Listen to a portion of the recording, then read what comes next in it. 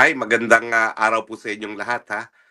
Maikli lang po itong ating Spokes Hour dahil nag-aantay na sa akin aking sundo, no? Meron isa kasing network na nais akong interviewin, sabi 12 noon. Ako, na-late na po, no? Anyway, um, nag-issue na po ng statement si VP Sara na humihiling sa ICC na kailangan na talagang aproban ang interim release ni Tatay Digong sa ibang bansa, hindi po yan sa Pilipinas, no?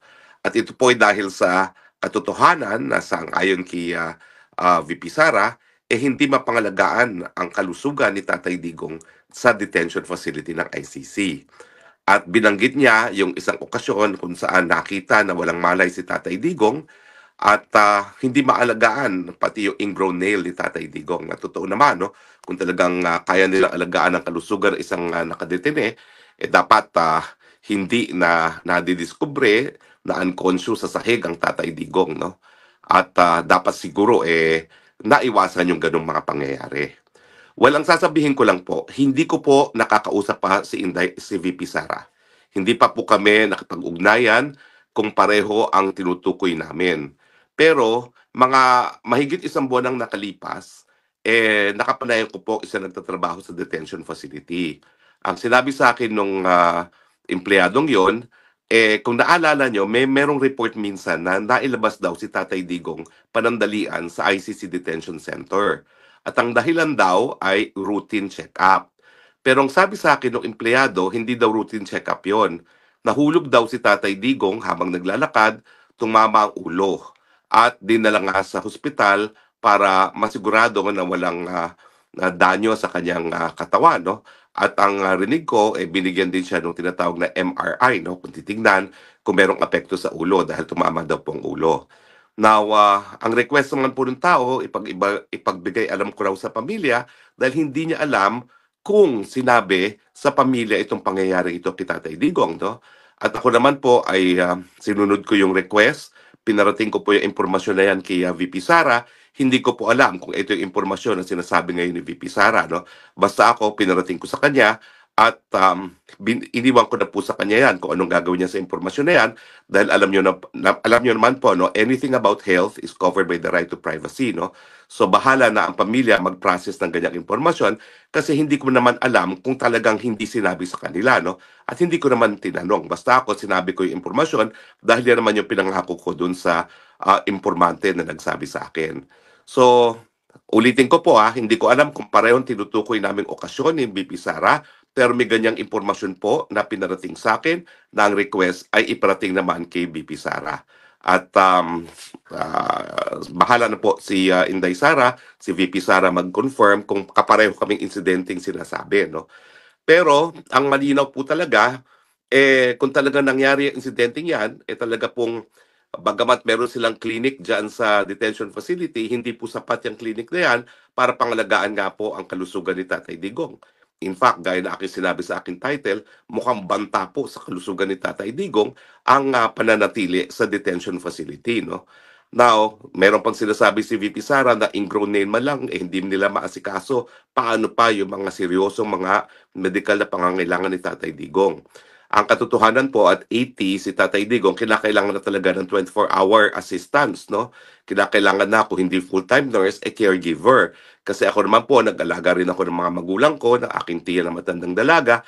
Talaga naman po when they hit 80, meron akong isang midwife na talagang nag-aalaga sa kanila. One at a time lang naman po dahil hindi naman sila sabay-sabay na naging nagkakasakit at nagiging bedridden. Pero lahat po ng inalagaan ko dumaan sa punto talaga na kinakailangan ng full-time caregiver. At yan po siguro ngayon ang hinihingi ni VP Sara doon sa kanyang panawagan na kinakailangan na talagang bigyan siya ng interim release dahil sa interim release, at least makakakuha sila ng full-time caregiver, nurse or midwife, pero yung susubaybay kay Tatay Digong at masisiguro na hindi naman siya matutumba at mawawalan ng malay sa sahig. No?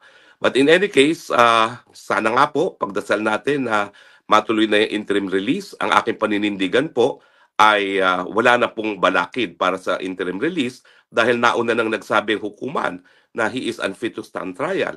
If he is already unfit to stand trial, ano pang gagawin niya sa kulungan? No? That would amount naman po to cruel and unusual punishment dahil siya ikukulong na hindi pa napapatunayang nagkakasala. So importante po talaga para mabigyan ng respeto ang karapatang pantao ni Tatay Digong sa kalayaan at yung presumption of innocence na talagang palayain na siya. Pero mga kaibigan ha, mag-ingat po tayo. Ang dami-daming fake news dito sa Dahig, no? May fake news po na kumalat na di umano, ako daw po ay dahilan para magkawatak-watak ang mga Pilipino. Ay na-address ko na po yan. Malinaw na malinaw po na ang dahilan po na nagkakaroon ng paghahati-hati, meron talagang mga tao na ayaw na makipagtrabaho sa mga taga-DDS at mga maisog. Ako naman po, ginawa ko lahat para sila ay mapagkaisa, pero nung hindi po talaga po pwede mapagkaisa, pumanig ako doon sa DDS at saka sa maisog. Bakit? Sila naman po talaga ang sa simula't simula supporters na ni Tatay Digong mula pa ng 2016. Daig pa nga nila ako dahil ako naman inaamin ko ako'y hindi DDS noong 2016, no? At sa tingin ko naman unang-una kakilala silang personal ni Tatay Digong. Pangalawa, dapat naman i-recognize natin yung kanilang naging papel sa pagkakahalal kay Tatay Digong na naging dahilan para napakita ni Tatay Digong na po pwede talagang maglingkod sa taong bayan na hindi nagpapayaman. Di gaya ng nakikita natin ngayon dito sa flood control scandal na talagang mga mambabatas, pati ang presidente, ang House Speaker, talaga naman pong tinatrato na negosyo itong gobyerno. No?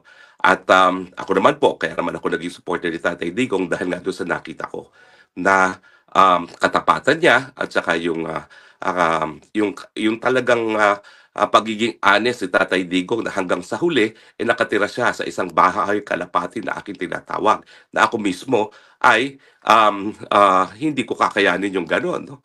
So anyway, nagpapasalamat ako dun sa isang celebrity na nag-apologize, nag-public apology. I think that makes her really a a person to be respected, no, na umaamin sa pagkakamali. Pero siyempre medyo hilaw ata yung kanyang apology kasi inaabsulto niya yung mga ibang personalidad na nakita naman natin sa isang video na nagre-rehearse pa kung paano ipapakalat yung fake news tungkol sa akin, no. First time ko naman po nagsasalita tungkol sa akin sa laubin dito, no, pero hindi naman ako pa pwedeng forever manahimik, no, dahil kitang-kita naman po na bagamat inaabsulto niya ilang mga personalidad, merong rehearsal sila kung paano nila ako sisiraan sa entablado. Anyway, I leave that to you. I leave everything to God, but I appreciate the public apology, you know, at least from the person na nagsalita sa entablado. Dami rin po itong kumakalat na fake news, ha? Napalaya na po si Tatay Digong. Wala pa pong kanyang desisyon. Lahat po ng desisyon ay pinapublish po yan sa webpage ng ICC.